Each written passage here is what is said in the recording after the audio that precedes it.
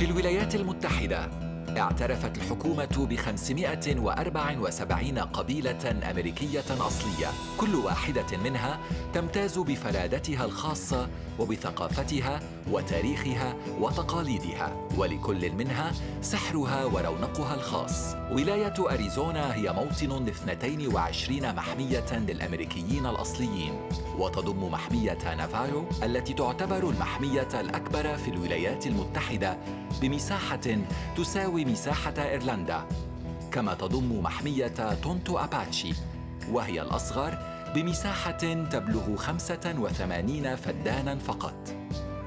مرحباً وأهلاً بكم في خارج المسار. أنا توني نداف. أقف اليوم في هذا الموقع الطبيعي الرائع في صحراء أريزونا على أطراف مدينة فينيكس في ولاية أريزونا. قبل وصول المستوطنين الأوروبيين إلى هذه القارة منذ ما يزيد عن 500 عام، كان السكان الأصليون يملكون هذه الأراضي بكاملها.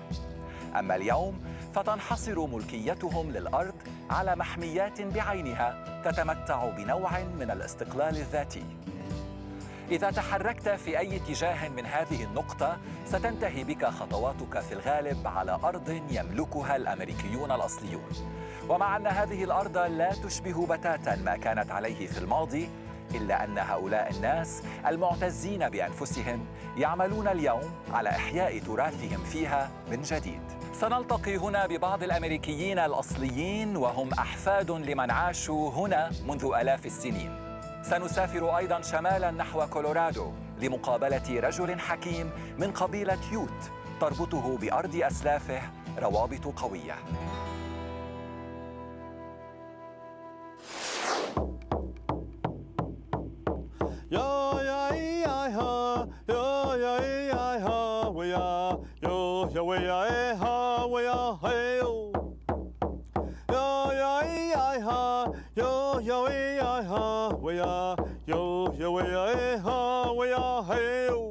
This song is for a dance that we call the hoop dance, when the boys dance and they make designs and they tell a story about the flowers, the clouds, everything.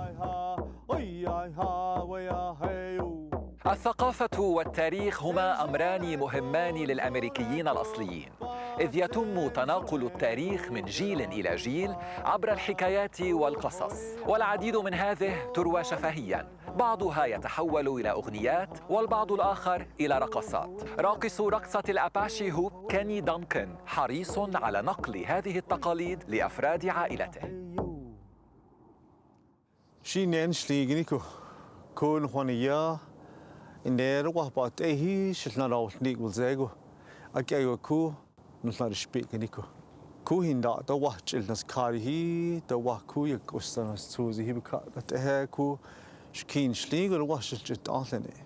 I just said in my native Apache language that I'm here at the request of some people from far away, and it is good that they come to learn about other people, because I believe that's the only way people can understand why certain people do certain things. And so I mentioned in my first language, in my native Apache language, how I was raised among the trees and all the shrubs underneath these clouds in the rain. My name is Ken Duncan. I'm a full-blood Apache from Arizona. And it is a pleasure, a real pleasure for us to be here with you, Kenny. First of all, what's a hoop dance? It was a dance, but more of a celebration of life. And so the person would dance, and they would dance with hoops, and they would make designs of flowers blooming, of clouds, of different animals. That just showed that they were blessing the trees, the plants, all of life. And then they would end by going through the hoops, that life continues in the circle and that they are going into the next world, into the next cycle of life. And that's the hoop dance. And what are they mostly known for, the Apache? The Apaches are known in history for being warriors. A few years ago, I was asked to go to Beirut, Lebanon. That's where I'm from. What took you there? Yes, so I got invited to go at the request of two entities. One was the U.S. State Department to visit the embassy there. And it was a little bit ironic because they wanted me to go there to talk to some of the warlords in the region. Really? Yes. They wanted me to remind them the Apache way of fighting long ago.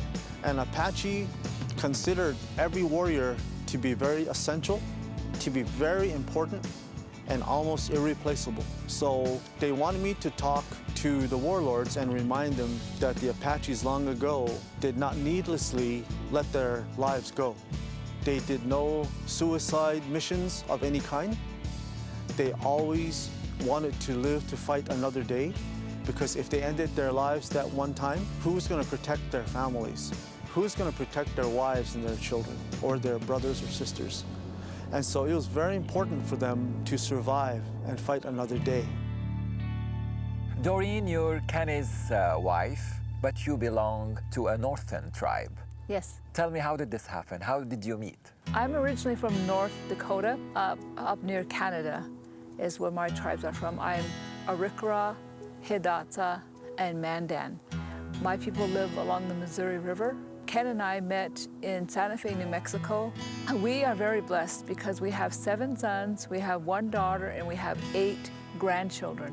Tell me, what brings you all together? It's really good that we're able to enjoy our culture and teach our culture to our children and our grandchildren. Even though we're from different tribes, there's some differences in the cultures, in the different tribes, but there are some unifying things about the tribes also. Growing up on the reservation, it's almost like living in 2 worlds in a way, because I'm so close to the city and I go to school in the city. So it's like going back and forth to trying to relate to other people, but also staying close to my culture and traditions. And what are you doing to bridge those 2 worlds? One part of me is learning more about my culture, reaching out to elders, and another part of me is being a part of different youth groups, so then people younger than me will be proud of their culture and want to learn more. What is the most thing that you like about your culture as a Native American? I like the community in my culture. I like that it connects us all together. I like how it connects me to the earth, to my family, to relatives, how everything is all connected. I think that people are becoming more educated, and the more people know, the better people will treat each other. I would like the world to know that we are all family, and it's more important for us to get along than anything. We may have differences, but we have more reason to be alike than anything really. If we look far enough back, maybe 10, 20 generations back, no matter where, from whatever part of the world you're from, everyone sang songs to the spring. Everyone sang songs to the summer, to the fall, to the winter. There were celebrations.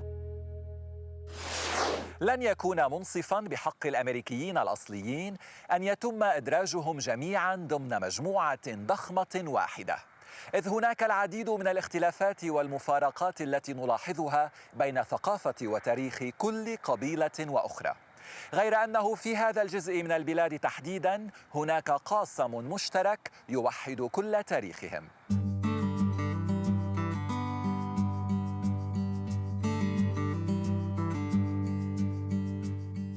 How you doing? Hi, I'm Tony. Jacob, nice to meet you. Nice to meet you too. So Jacob, this is my first time here at the Pueblo Grand Museum in Phoenix. And I heard this is the best place to learn about the Native American culture. Yeah, this is a really good spot to come. So if you'd like, I can give you a tour of the exhibit. I would love that. Yeah, let's see it. Jacob, we would like to talk some history with you. Who are the Native Americans of the Southwest and where did they come from? That depends on what tribe you're talking about. There's 22 different tribes that are distinct cultural groups in Arizona alone. Cultural beliefs and practices would be some of the differences. Stories of creation, of how we came to be, where we came from, migration events. Those would be some things that were different. But as sedentary people, we're primarily farmers. And so because we were farmers and we existed on this land for such a long time, we had these extensive trade systems that we traded amongst each other to coexist in this environment. Yeah, this is a cool painting. This is what it once looked like when people were here, so it's a good depiction. Tell me, what would be the more appropriate term to use while referring to Native Americans? So I would say the fact that we've been here we originate here, we're indigenous to this land, and so that's what makes us Native Americans. And so we're all one group of people that are related. But then there's other tribes like the Apache, the Hopi, the Zuni, the Navajo, the Yaqui. There's many tribes, and they all speak different languages. They all have different practices, and they all have different belief systems. And so to generalize all of that would be a disservice to those people and the practices that they hold and the beliefs that they believe in, because they're not all the same. What brings us all together is the fact that we are the first peoples of the Americas. We are the indigenous people of the Americas. So this is a ball court. They believe that an ancient game was played here, like a ball game, and archaeologists believe that there was a form of like the Mesoamerican ball court game played here that was a little different. New information and research suggests that this was much more important than just being used for a ball court or for a game. It was a communal center, and it was a place that the people came for gatherings, for multiple events and ceremonies. Those indigenous people, the Saint people, tell me about their life before the arrival of the Europeans. So there was these different cultural groups even 1,000 years ago and thousands of years ago. And we formed these alliances and trade relations and partnerships to survive out here. So it was very harsh conditions. For us as farmers, we erected 1,000 miles of canal systems to irrigate this arid environment. And we farmed over 100,000 acres of land. And so we were a very stable community. And because we had the infrastructure of the canal system, the food, we were able to create artisans, basket makers, pottery makers, shell makers. So we made ornamentation and textiles like blankets and cloth and fabric. And I think that's something that a lot of people don't realize, that even 1,000 years ago, we had the time to create artists and artisans. If we were merely surviving, we would make baskets and pottery that were just utilitarian or just for use, but didn't have any artistic expressions on them. And so I think this is an environment that's very harsh that we lived a little more in tune with a few thousand years ago. Since then, there's been a lot of adaptation to modern society's ways at a loss of our language and our cultural practices. And so right now what we're trying to do is retain a lot of that, bring some of that back and keep it. And for us, it's vital for the continuance of our people. And today, all Native Americans, they live on reservations. No. So we are not obligated to live on a reservation. So tribal members can be part of a federally recognized tribe and live on the reservation, or they can live in the city. And there are actually a lot of displaced Native Americans that live amongst everybody else in the general public.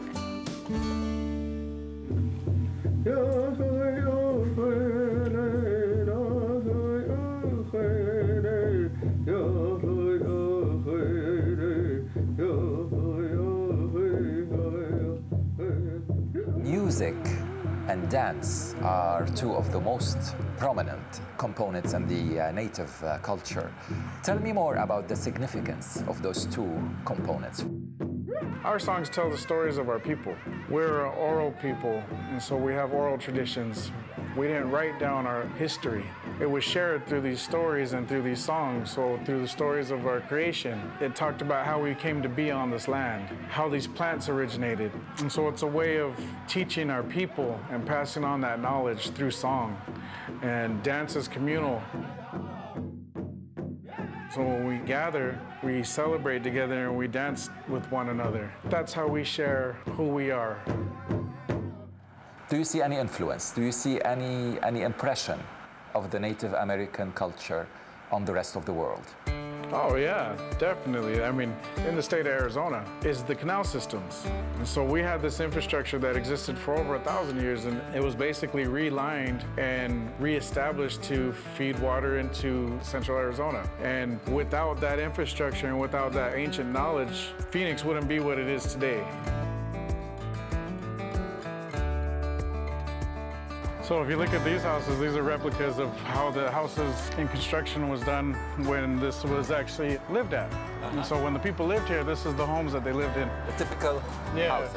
And this is a low entrance. And so you would come in, and this is the saguaro ribs from the giant saguaro cactus that's only found here in Arizona in the Sonoran Desert. Those are the ribs from that cactus. And so that's what they would use to make their doors, and that's what the whole interior is lined with. And why the entrance is so low? Well, the people were a little shorter, so at the time, you know, the average height was about 4'5" to 5 feet tall. So I'm a little taller than that, but not much. And so also, there's a lot less exposure to the sun, and so the walls are really thick, and so it was built to adapt to the environment. Out here in the desert, sometimes it gets to 115. On average, it gets to 115 in the summer. There's been times when it's been 120, and so this is a way to keep less of that heat in the house. And they're usually oriented to the center of this area where all these houses would be the same family or an extension of that family. So family groups live together. And if you'd like to see inside, we can go around and I'll show you the interior. Let's do this, Wow, it is cool here, huh? Yeah, so mud's a really good insulator. And that's what the primary resource for the people was we have an abundance of dirt and clay, you know, and so that's what we used to create our homes. And for a lot of the structures that we had, it was made out of adobe. What's this here? So this is a hearth or a fire pit, and so this is what would heat this area. It's interesting, in the desert, it gets really hot, but it can also freeze in the same night. And so there's these big extremes, and so this is something that we would use to heat these homes here. Wow, that's really cool. And so the ribs would be used. This is a mixture of ribs and common reed. They would be used to basically line the walls and give the adobe something to hold on to. And the supports are made out of mesquite. So this is a mesquite post that's embedded in the ground, and then it supports the roof. And that's also mesquite that creates the frame of this house. And the floor? And so the floor is actually an earthen floor. It would be tamped down and hardened, and then oil would actually, or fat would be applied to it and create an earthen floor that wasn't as dusty. And so it would harden over time and pack down, and the oil would keep the dust off of it.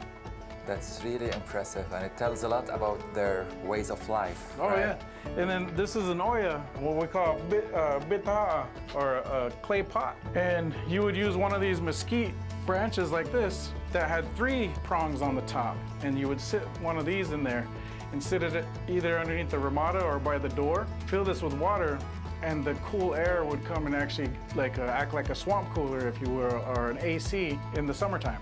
So this was like a really, really ancient form of air conditioning. Even they had their own AC system. A slight cool breeze is refreshing in the middle of the desert, right? Very creative. That's what cooled the air, but it also cooled the water. So when you drank water from a clay pot, it was refreshing and colder than it would be just sitting out. That's really impressive. Wow. Let's continue, Jacob.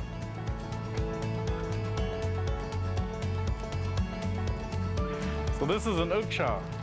Uksha? Uksha, yeah, and so that means windbreak. A borrowed word is cosin, and its a word in Spanish is cocina, which is kitchen, because the primary work that we did here was like cooking food. And so this is something that the Otham utilized, and the Otham are the descendants of the people that created all these structures here in this site. This is primarily used to block the wind. And so as we're cooking, it gets really windy. We want a place that's a little more gentle and protected from the wind. And able to cook this food and keep a fire without it blowing out or dirt getting into our food. And this is a continued practice. So do you think the native culture is fairly and justly represented today to the rest of the world? I think there's a lot of generalization when it comes to Native Americans to the rest of the world. And I think that more work can be done to show that there's a diverse amount of beliefs and cultural practices that are different. I think that most indigenous people have a deep spiritual connection to the land that they come from and consider themselves part of that land. عندما نعود سنزور حكيماً من قبيلة اليوت لديه رابط خاص يشده نحو الأرض والأسلاف. بعدها نلتقي بحائكة من الجيل الخامس من قبيلة نافاهو، وهي أيضاً سفيرة للنوايا الحسنة إلى العالم.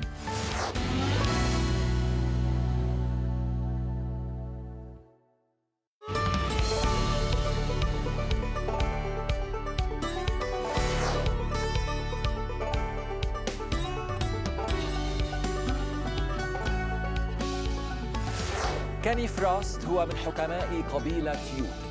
له علاقة قوية بأرض أسلافه الذين عاشوا في هذه الجبال لآلاف السنوات. يعتقد البعض أن لدى الرجل الحكيم أيضاً علاقة خاصة بالنسر الأصلع الأمريكي.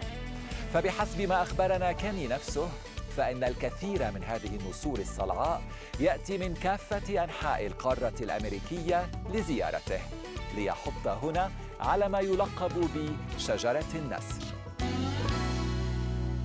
Hello, Kenny Frost. Good to see you. How are you? Good to see you. Good to see you.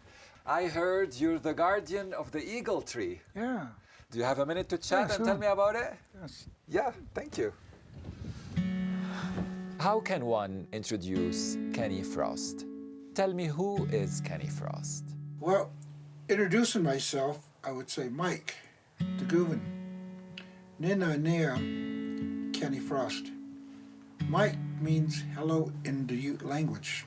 What happened was, because of the stories with my grandmother telling me on my great-grandfather, he was a war chief, medicine man. He was also a sub-chief for the tribe. I went and walked a good part of Colorado and found many of those sacred places that our Ute people traveled.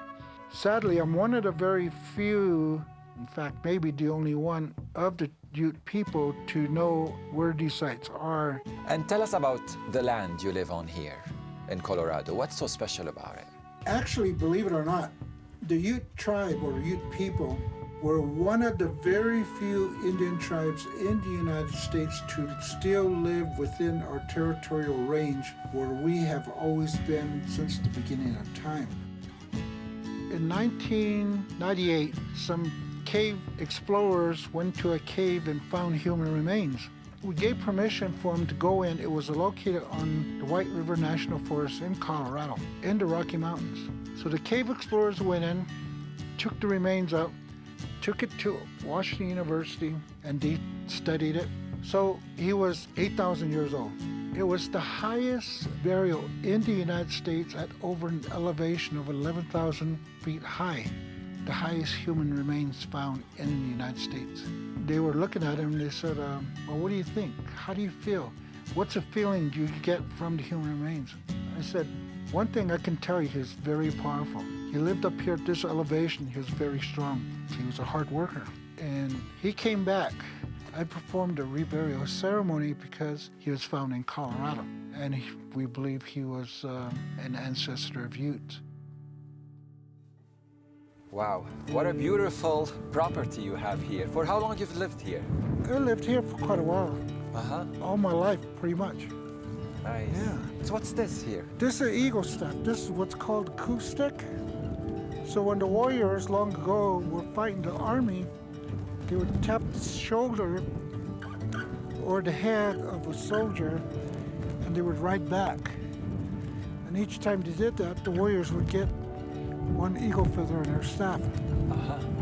This is an ermine tail that's usually honored for protection of the warrior. And of course, the coup stick was protection too with all the eagle feathers. And speaking of eagles, I can see from here, is that the eagle tree here? Yes, that's the famous eagle tree. Wow. That where all the eagles, the guardians, protectors come and sit, talk. Tell me about this bond between you and the eagles on this tree. The eagles would come there and I would come out. They would sit there, they would look at me and we would talk to each other. And of course they would answer me. So that was the connection that I have with the eagles and the bond that we have together. And oftentimes I'd go over the fence, walk over, and eagles would fly 14 feet above me, looking down at me, and I, bless myself to feel good for protection of the people, and prayers for those who are sick and ill. Do you mind me asking, what do you talk to them about? People make requests for prayers from all over the United States, Canada.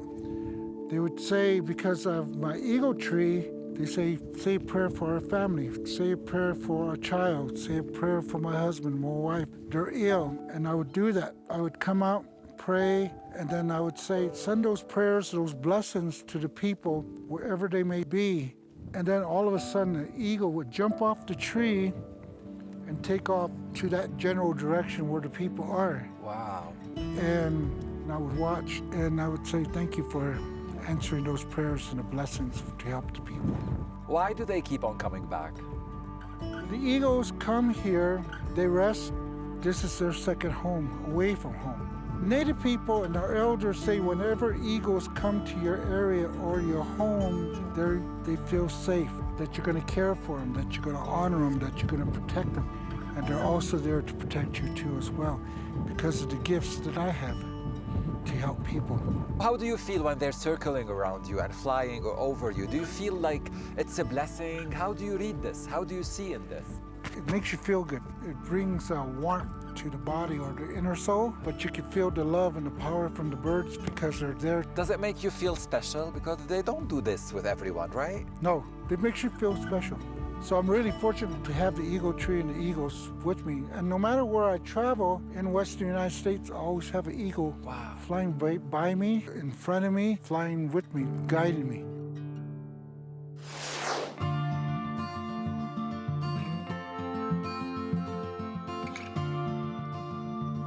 تشتهر قبيلة نافاهو بفنونها الملونة ومنسوجاتها الجميلة.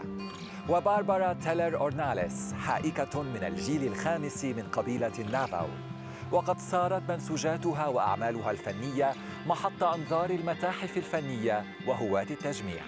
Barbara, thank you for having us in your house where the beautiful Navajo weavings are created, right? Yes. But first, let's start with who is Barbara Teller Orinalis? I'm going to introduce myself in Navajo first, and then I'll explain what I've said. So, Yat Eshe Barbara Teller Orinalis Inshia, Kabahin Shlon To Hetlini Bashashin, Hanangani Dashanal Ashchidi Dashache, Did Austin and Nishla, but that is so that Nasha, Sam Doru Teller Asian Madoshaje, the Adet Wadet Nashanigi, Ben Fatashne. Hi, my name is Barbara Teller Orinalis. I'm of the Edgewater people, born for water that flows together. My grandfather's clans are One Who Walks Around and Red Bottoms clan. And I come from Tigre Hills, New Mexico, and my parents are Sam and Ruth Teller, and this is who I am. Barbara, tell me your story. How did you become a weaver? I'm a fifth-generation Tigre Hill weaver. The line comes from my mother's side of the family. We're always weavers. I say fifth generation, but it's probably way more than that. You know, it wasn't until after people came back from Bosco Redondo when they started writing things down and keeping track of things. And so we count our generations from there. But before that, I'm sure there was way more weavers. And who taught you how to weave? I learned the basic weaving from my mother. I learned the stories, the songs, and the legend that go with weaving from my paternal grandmother. And I learned the techniques and designs from my sister Roseanne.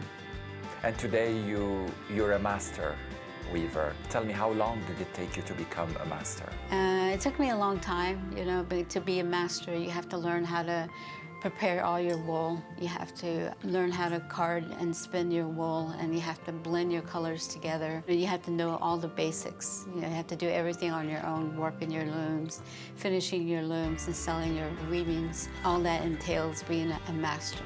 So I started weaving probably when I was 5, and I finished my first piece when I was 8, and I sold my first piece when I was 10. Wow. It took you 3 years to finish your first weave. Yes. Yeah. And I still have it. It's around here somewhere. This is my workroom. This is where I spend most of my time weaving here and just relaxing, listening to music. And as you can see, all my music back here and my weaving stuff here. Very nice. And then I have... Very cozy in here. Yeah, yeah. And this is my paternal grandmother's work. And she was known as a twill weaver. There's like 17 different types of twill weaving in here, and probably 10 of them are not being done anymore. Wow. She was really known for her two-face weaving. It's this part here, so then you flip it, and then it has that. Yeah, so she was really a good weaver. And beautiful. How old is this? I think she did it like in 1960, somewhere around there. Yeah. And then this is my mom's work. Wow, you So keep one of them the- here. That's Yeah. beautiful. Yeah, this is one of her pieces. She was really good at doing tapestry work and making her weavings really, really fine. And this Yeah. pattern, I see it everywhere double. almost. This is the Two gray Baba hills. pattern? Two gray hills. Yeah, yeah. Two gray hills. Yeah. And this is my sister, my oldest sister Roseanne's piece. And when people ask me who was the best weaver in your family, I would say my sister. Really? Yeah. Why? What makes her so... She's the one I learned the techniques and designs from. She was really precise and very disciplined, and you know, just she was a hard worker, and her designs were just incredible. Wow. Yeah, and then this one I did when I was 10. Wow. Is one of Is my- this your first? Or No, I'll show you my first. You still have your first Yeah, one? I do. Oh my God. This is my first. And this is your first weave? Yeah, see, you can see the weaving influence from my paternal grandmother. Yeah, you're right. She taught me how The to do twill two-faced, weave. right? The twill. It's Yeah. called twill weaving. She taught me how to do the twill. And then my grandmother, my maternal grandmother, freaked out because she says, "You're not a twill weaver, you're a two gray hill weaver." Yeah. So there was a huge battle. So I ended up trying to do it like a two gray at the end. So Just to keep attached, Just like... yeah. But it's a twill, so your first weave was a This is twill. my first weave was a twill. And you always tell those stories. Yeah. And then this is my maternal grandmother's piece. She did this one, and then she passed away after she finished. She went to her bed and with her comb. After she finished this After one, she finished this she piece. died. Yeah. Do you see, like, when you look at it, what do you see in it? Yeah. I just see her spirit. I see her determination to finish, you know, and I see a lot of, like, different colors that she used because she really couldn't see anymore. Yeah. But she was determined. We say that each piece that we do has a living spirit. You know, each piece that we do is created by us. We're like the mother, and the weaving are like our children. It's like when you first set up a warp, it's like giving birth to a child. And as you're weaving, it's like watching your child grow, you know, and then some pieces go really easy, really smooth. Some pieces give you a hard time. Because weaving have their own spirit, you have to really respect that. You know, you can't be angry in front of your loom. You can't say bad words about your piece. You have to be in balance to sit in front of your loom. Otherwise, it absorbs your personality into it. Your energy. Yeah, your energy goes into it. And if you have good energy all the time, your pieces have good energy. These are a couple of my pieces, so you can see. And that one's going to California, this one's going to Ohio. So how, well, like people, they order them, they call you and they contact you and they, like, we want a weave. Like this, yeah, this is an order. And you custom, like, for them, Yeah. like you make whatever they want and Yeah. then you ship it to them. You know, I'm really humble about my work. I just want to be known as a great weaver, but who was generous enough to share her work with other weavers. But for me, my greatest accomplishment is teaching my children the art of weaving and that they get to carry it forward. I'm carrying on my grandmother's work. I'm carrying on her words through my kids. And for me, that's what I want to be known for. Barbara, what are your wishes for the future? Just that people remember how important weaving is, Navajo weaving is, and to support Navajo weavers and to appreciate what we do. I'm only telling my story. Weaving is my life, and that's what I do. And I want people to know that. I want museums to know that weavers nowadays are creating amazing pieces and that they have names and stories to go with them. عندما نعود، السنوات 500 الماضية لم تكن الأفضل بأي حال من الأحوال بالنسبة لسكان أمريكا الأصليين، غير أننا نشاهد اليوم حركة متزايدة نحو الاهتمام بالوجبات الصحية. هي في الواقع عودة إلى جذور النظام الغذائي الأصلي الذي تعرض للنسيان عندما اضطر السكان الأصليون للعيش في المحميات. I'm not supposed to eat it all. No. I ate it all. وشباب القبائل المثيرون برقصاتهم التي تسحب.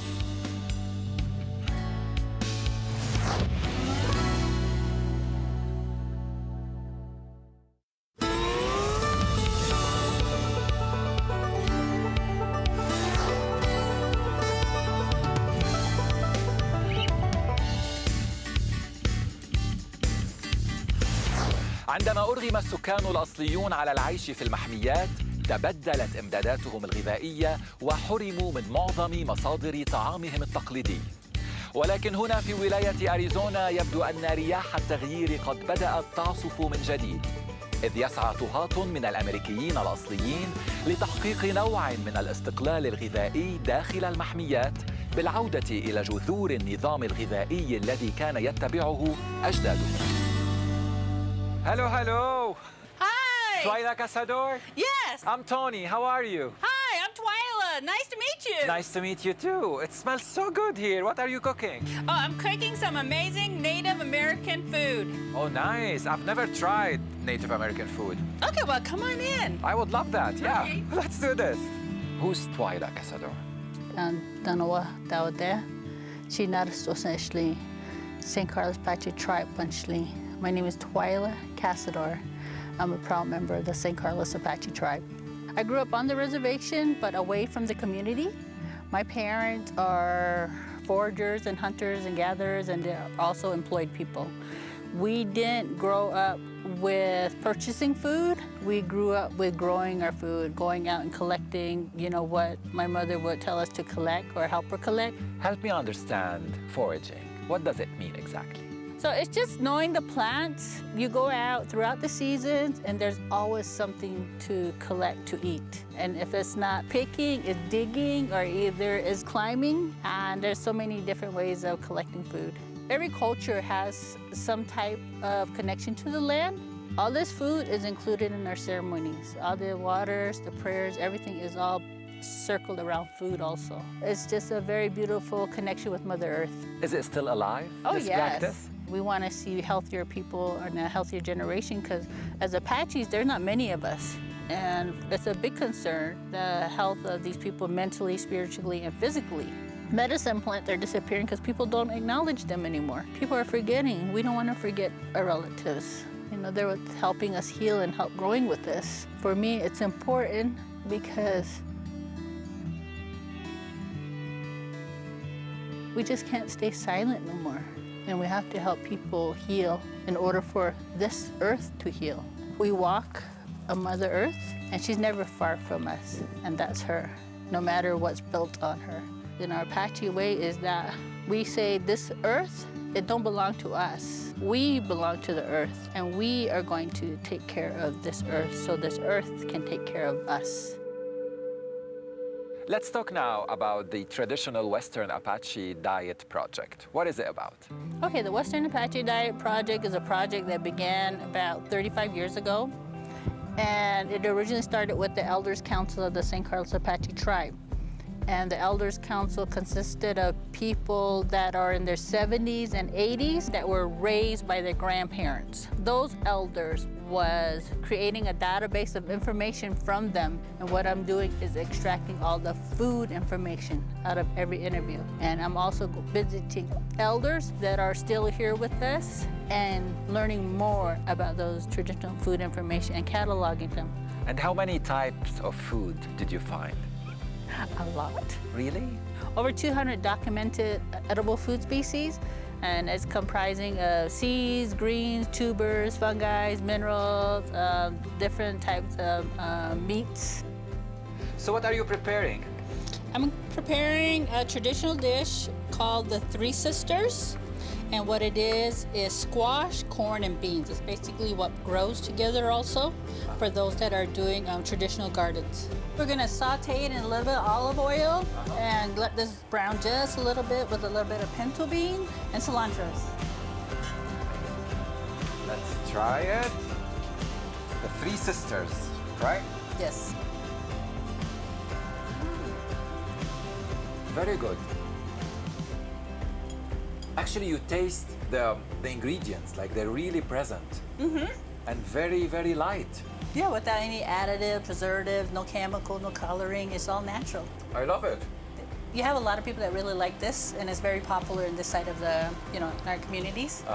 How many meals do Native Americans usually have? Back in the days? Back in the days, it's just whatever was in season. And people didn't have this pyramid, you know, of nutrients of what to eat.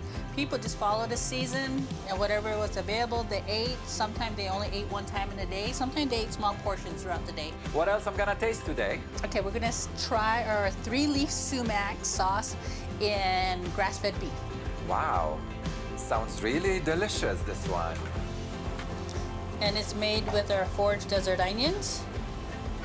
And it's made with 3-leaf sumac berries and agave.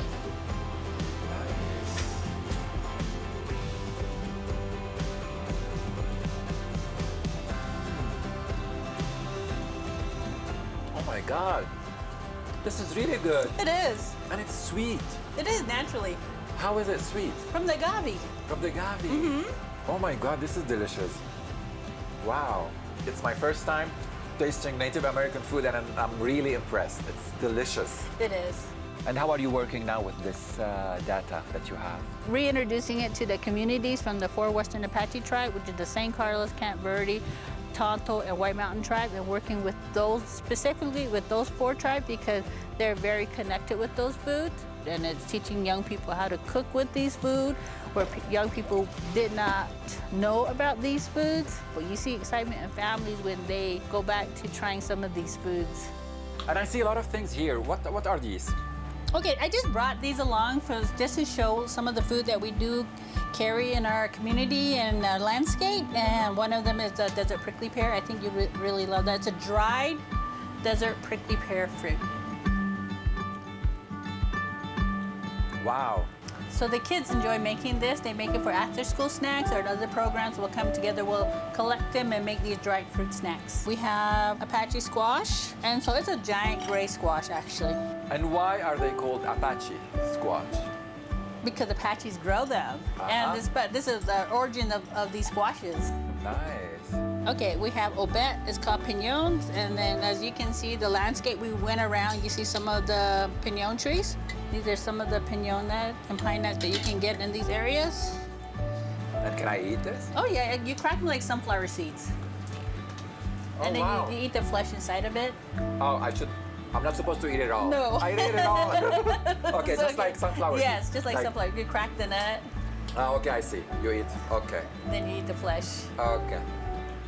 Oh wow. Oh, Wow. yeah. And so people collect that during the fall. Yeah. And that become one of those fun things that everybody does together.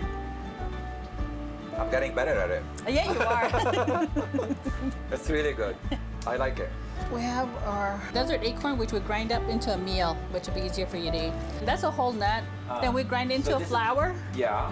and we use it for a sauce base that we use for, we call it itlite, and it is This meat is a mush with acorn. It's a little bit of bitter, it takes an acquired taste, but acorn is the most favorite food among Apaches in the western area.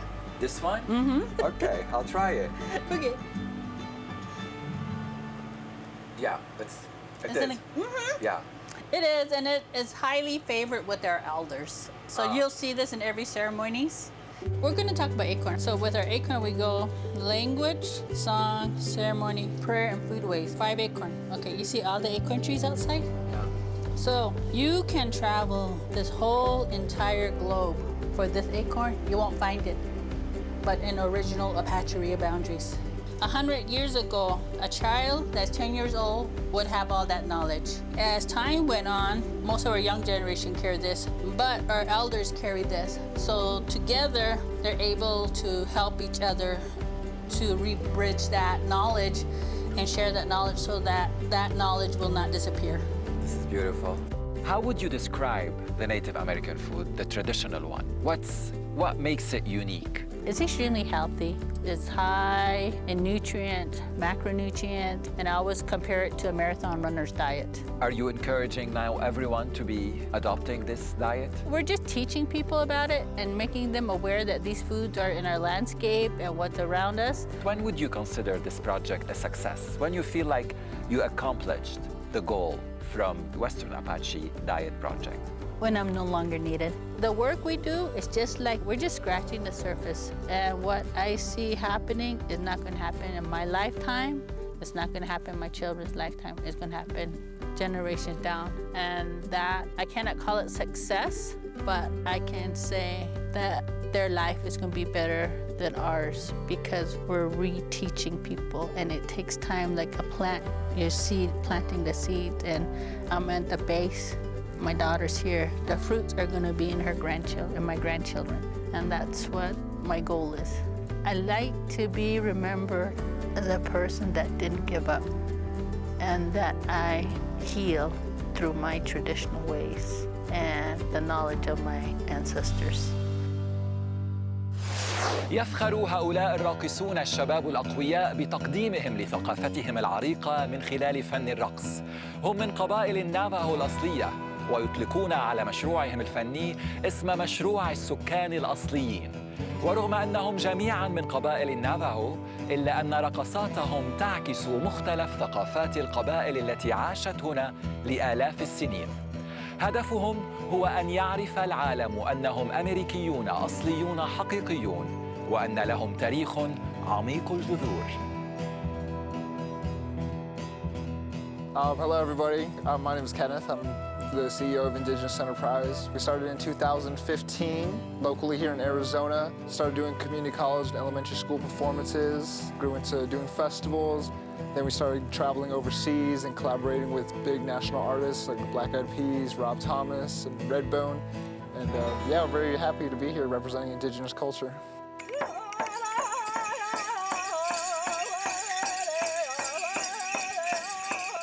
Tell me about the music. How do you pick the songs, the music that you want to perform? Each category kind of has their own specific style of dancing. So depending on which category, the drum kind of chooses the different origins. I know for me in the fancy dance, the songs that are being sung are coming from the Ponca and the Comanche tribes, and then for the chicken dance, it comes from the Blackfeet people. So there's different languages being spoken with each song. So what stories are you trying to tell through your dance? Each dance has their own different origin. So with mine, it's representative of the horse. So when you're seeing the fancy dancer moves, it's supposed to be giving off that energy of the Mustang, and to kind of when you're seeing me going fast paced and doing cartwheels and footwork, it's real upbeat and tempo, and it's supposed to be giving off a healing. And so kind of giving off that whatever people are going through, sadness and sickness, this dance is supposed to be kind of uplifting and being able to rejuvenate them in some capacity. Why is it so important for you to keep this tradition passing on and on through generations? We do it just to help the youth and educate others to let them know that we're here. So trying to keep that alive is really, really important to us, and trying to be able to pass this down to the younger generations, because a lot of people in the world, and we've seen it firsthand, me, Ty, and George, when we go over to Australia, we're the first Native American these people have ever seen ever in their life. So when we come over there showcasing our culture in a positive way, and they see us talking very intellectually, they are mind blown, because they did not expect Native Americans to exist. They didn't expect Native Americans to be going to college. They think that we're still living in teepees. To demonstrate our dance, we're honored to be on the show, and thank you for that. We just want to be able to spread our positive message from Arizona to everywhere in the world. So I hope this makes them feel a lot of joy and kind of being able to showcase something to them that they've never seen before.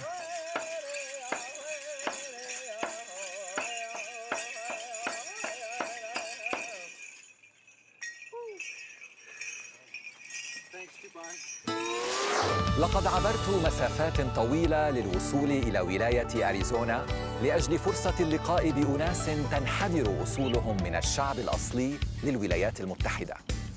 لم أكن أعرف حقاً ماذا ينتظرني، لكني الآن أشعر فعلاً بالامتنان كوني عشت هذه التجربة العميقة المؤثرة. فقد أتيحت لي فرصة لقاء أناس مدهشين فخورين بأصولهم، وتعرفت على تقاليدهم التي يصرون عبرها على الحفاظ على ثقافتهم الأصلية وتكريم ماضيهم. هو حقاً شعب مفعم بالكرامة وبالتاريخ. أنا توني نداف، شكراً للمتابعة وإلى اللقاء.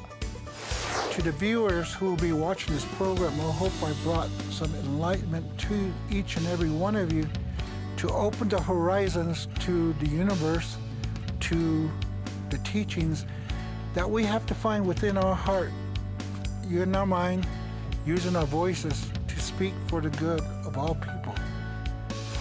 When I finished dancing, I taught my son Tony how to hoop dance. Your son's name is Tony. Yes, your son's name is Tony, and he is the current reigning adult world champion hoop dancer. Wow. And this is how your ancestors, they used to do bread, right? They used to do bread, but they didn't have grills. What they did was use ashes or a hot stone, and they would prepare it on there. This is gonna burn from us. Okay. Do you think it's ready now? Oh, yes, I do. Can we try it? Very hot, be careful. Okay, give me just a piece. Go ahead.